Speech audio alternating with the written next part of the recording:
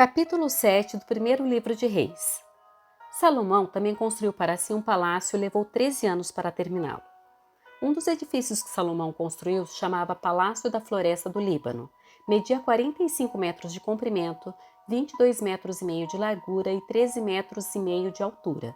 Nele havia 4 fileiras de colunas de cedro com grandes vigas de cedro assentadas sobre as colunas. O teto do salão era de cedro e ficava acima das vigas, que eram sustentadas por colunas. Havia 45 vigas dispostas em 3 fileiras com 15 vigas em cada uma. Em cada lado do longo salão havia 3 fileiras de janelas, uma de frente para a outra. Todas as portas e suas vergas tinham batentes retangulares e eram dispostas de 3 em 3, uma de frente para a outra. Salomão também construiu o Salão das Colunas, que media 22 metros e meio de comprimento e 13 metros e meio de largura. Tinha na frente uma varanda com colunas e uma cobertura acima delas.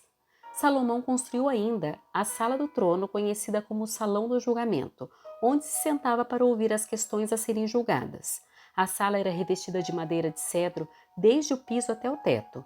A residência onde ele morava ficava em torno de um pátio atrás do salão do julgamento e era construída da mesma forma. Ele também construiu uma residência semelhante para a filha do faraó, com quem havia se casado. Todos esses edifícios foram construídos com grandes blocos de pedra de alta qualidade, cortados na medida exata de todos os lados, do alicerce até o beiral do telhado, desde o lado externo até o grande pátio. Algumas das grandes pedras do alicerce mediam 4,5 metros por 3,60 metros. Por cima dos alicerces foram colocados blocos de pedra de alta qualidade, cortados sob medida, e vigas de cedro. As paredes do grande pátio foram construídas com uma camada de vigas de cedro entre cada 3 camadas de pedras cortadas, como as paredes do pátio interno do templo do Senhor com sua sala de entrada. O rei Salomão mandou que viesse de Tiro um homem chamado Hirão. Ele era israelita por parte de mãe, uma viúva da tribo de Naphtali, e seu pai, originário de Tiro, havia sido artífice em bronze. Hirão era extremamente hábil e talentoso em qualquer obra em bronze e veio realizar todo o trabalho com metais para o rei Salomão. Hirão fundiu 2 colunas de bronze, cada uma com 8,1 metros de altura e 5,4 metros de circunferência. Para o alto das colunas, fundiu capitéis de bronze com 2,25 metros de altura cada um. Cada capitel era enfeitado com 7 conjuntos de correntes entrelaçadas. Para enfeitar os capitéis no alto das colunas, fez 2 fileiras de romãs ao redor desses conjuntos de correntes. Os capitéis no alto das colunas da sala de entrada tinham forma de lírio e mediam 1,80 metros de altura. Nos capitéis das 2 colunas haviam 200 romãs dispostas em 2 fileiras, perto da superfície arredondada e do conjunto de correntes entrelaçadas. Hirão colocou as colunas na entrada do templo, uma à direita e outra à esquerda. A que estava à direita deu o nome de Jaquim, e a outra à esquerda deu o nome de Boaz. Os capitéis no alto das colunas tinham a forma de lírios, e assim foi terminada a obra das colunas. Depois, Hirão fundiu um grande tanque redondo que chamaram de mar. O tanque media 4,5 metros de uma borda a outra, 2,25 metros de profundidade e 13,5 metros de circunferência. Logo abaixo da borda, tinha ao seu redor 2 fileiras de frutos decorativos. Havia cerca de 20 frutos por metro em toda a circunferência, formando uma única peça de fundição com o tanque. O tanque ficava apoiado sobre 12 touros, todos voltados para fora, 3 voltados para o norte, 3 para o oeste, 3 para o sul e 3 para o leste.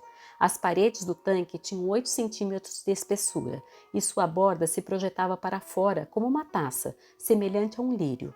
Tinha capacidade para cerca de 42 mil litros de água. Hirão também fez 10 bases móveis de bronze para levar água. Cada uma media 1,80 metros de comprimento e 1,80 metros de largura e 1,35 metros de altura. Foram construídos com painéis laterais presos com travessões. Tanto os painéis como os travessões eram enfeitados com entalhes de leões, bois e querubins.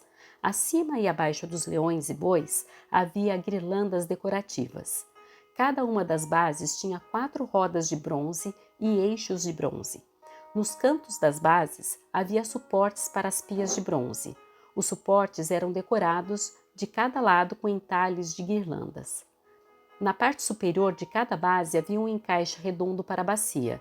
Projetava-se 45 centímetros acima da parte superior da base como um pedestal redondo, e sua abertura tinha 67 centímetros e meio de um lado ao outro. Do lado de fora era enfeitada com entalhes de guirlandas. Os painéis das bases eram quadrados e não redondos. Sob os painéis ficavam as 4 rodas ligadas aos eixos que haviam sido fundidos como parte da base. As rodas tinham 67 centímetros e meio de diâmetro e eram semelhantes a rodas de carros de guerra. Os eixos, raios, aros e cubos das rodas eram todos de bronze fundido. Em cada um dos 4 cantos da base havia alças, que também eram fundidas como parte da estrutura. Em volta da parte superior de cada base havia uma borda com 22 centímetros e meio de largura. Os suportes nos cantos e os painéis laterais eram fundidos com a base, como se fossem uma só peça. Entalhes de querubins, leões e palmeiras enfeitavam os painéis e os suportes nos cantos, em todos os espaços disponíveis, e havia guirlandas ao redor de tudo. As 10 bases tinham todas o mesmo tamanho e foram feitas iguais, cada uma fundida no mesmo molde. Hirão também fez 10 pias menores de bronze, uma para cada base móvel. Cada pia media 1,80 m de diâmetro e tinha capacidade para cerca de 840 litros de água. Ele colocou 5 bases do lado sul do templo e 5 do lado norte. O grande tanque de bronze, chamado Ma, foi colocado perto do canto sudeste do templo. Também fez as bacias, pás e tigelas necessárias. Assim, Hirão terminou tudo o que o rei Salomão havia ordenado que ele fizesse para o templo do Senhor.